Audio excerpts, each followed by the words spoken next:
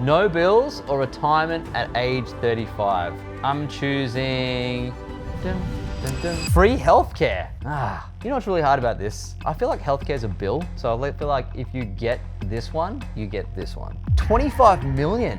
Ooh, now it's getting juicy. Own a home debt-free or 25 million. What if the home I chose was the $200 million home in Florida that just went up for sale? $500,000 cash or no bills for life? And the winner is no bills for life. Why would I choose this option over this option? Because I'm Lloyd James Ross, 7-figure investor and entrepreneur, and I've helped thousands of business owners and professionals turn financial stress into success.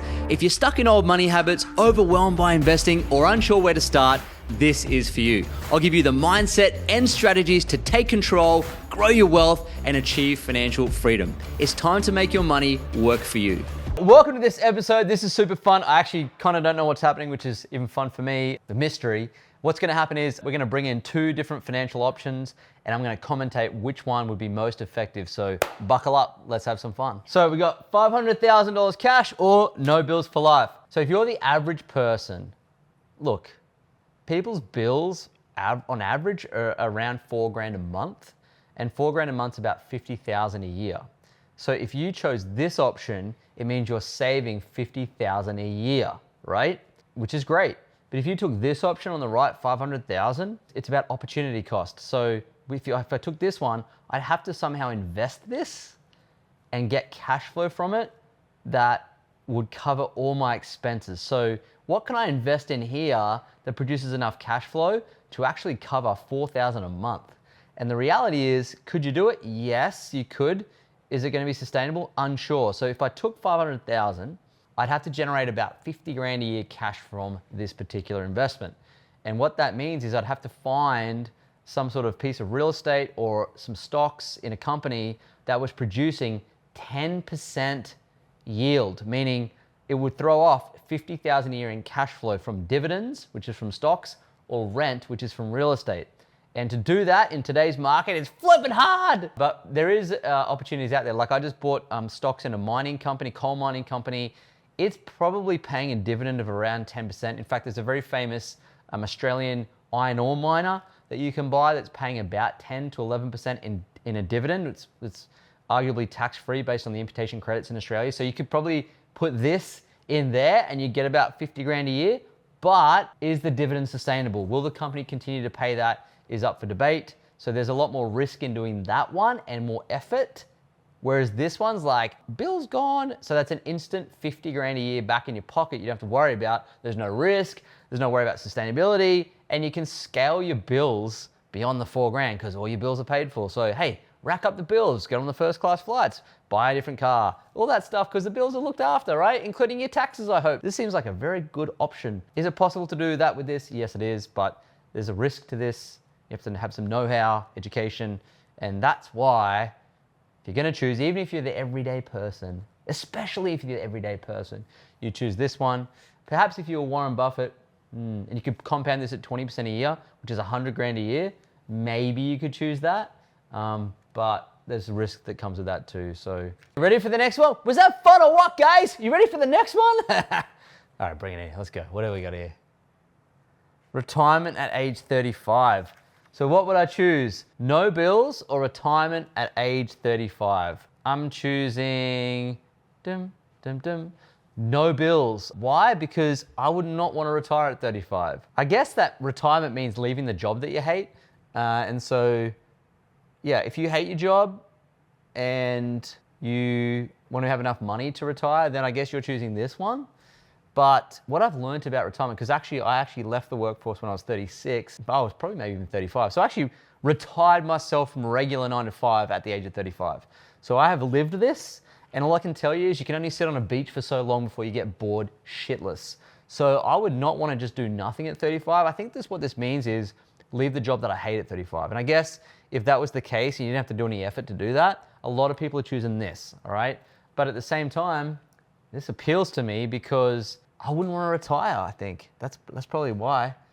I wouldn't want to do nothing. I'm not a big believer in retirement. Like why? Well, for what purpose?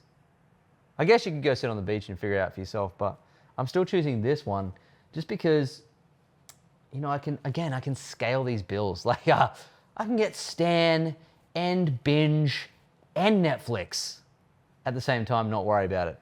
Whereas retirement at 35 doesn't even say in this one whether I've got any income, right? So I could be retired, but how much is my income? Are my bills all paid for? The answer is no. So I'm still choosing this one, no bills. Ching. Just quickly, if you're ready to take control of your finances but feel stuck on where to start, I have a solution. My book, Money Buys Happiness, simplifies investing and wealth building with practical steps to help you achieve financial peace. Get your copy via the link in the show notes and let's get your money working for you. Now back to the episode. What do we got? What's the next one?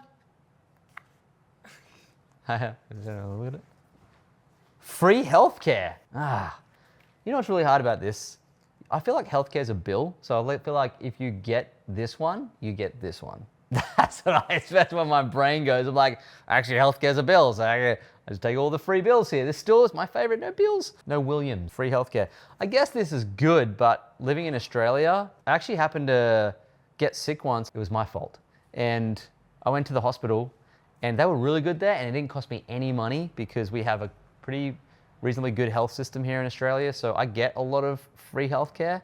So I think still for me, if I'm just gonna choose in Australia right now, there's a lot of bills and the healthcare is pretty good.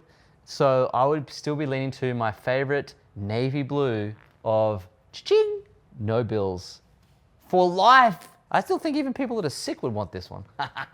All right, hope that makes sense. We still got this one as the winner, cha-ching, free bills for life. All right, coming up next, no bills is winning for life. What have we got? Drum roll, whoa, drum roll. 25 million. Ooh, now it's getting juicy.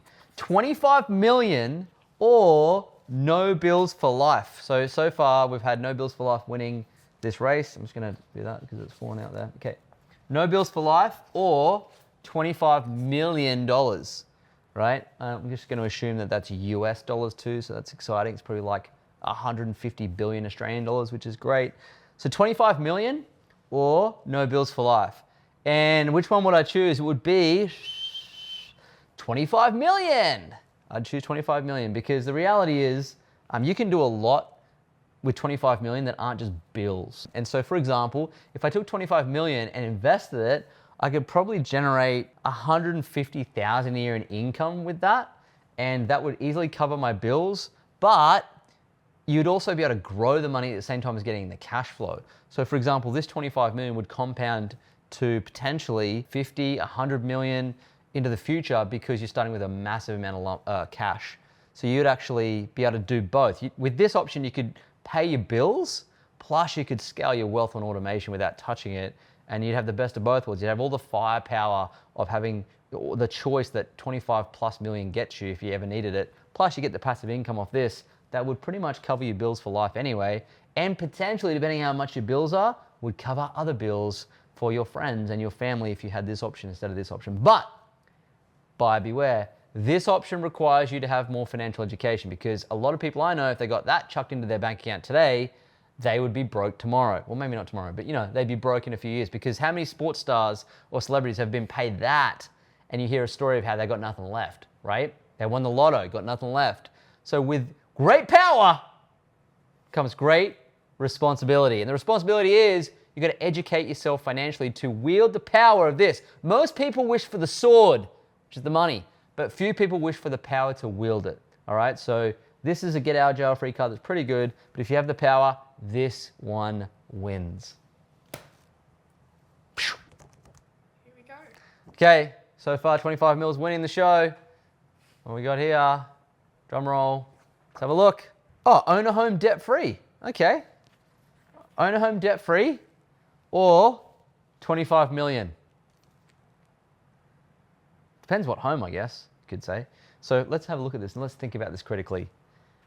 What if the home I chose was the $200 million home in Florida that just went up for sale? All of a sudden, I can have this $200 million home debt free, or I can have $25 million cash. Guess which one I'm choosing? Whoosh, that one. Because I can sell that property and put my hands on 200 milli, and it's way more than 25 milli. If you're talking about just a regular home here, average price is about $1 million.